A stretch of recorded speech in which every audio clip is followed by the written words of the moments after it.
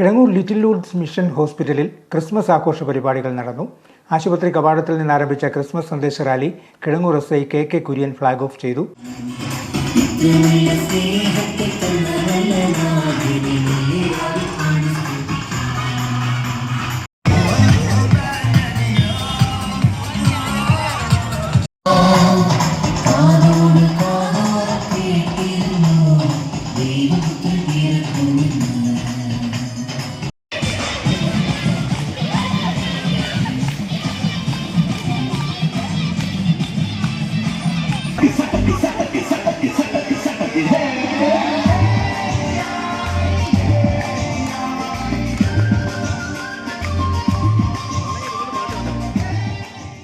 Retired അധ്യാപകൻ Tomy Christmas സന്ദേശം നൽകി.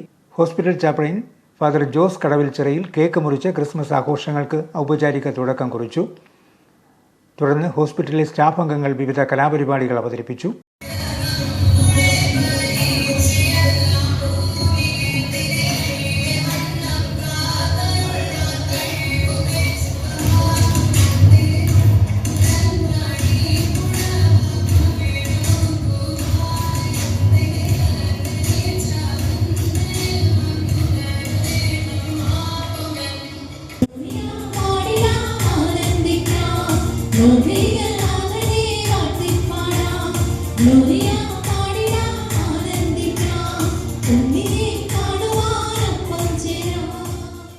ഗാനങ്ങൾ, നൃത്തങ്ങൾ, സ്കിറ്റ് എന്നിവയാണ് അവതരിപ്പിച്ചത്.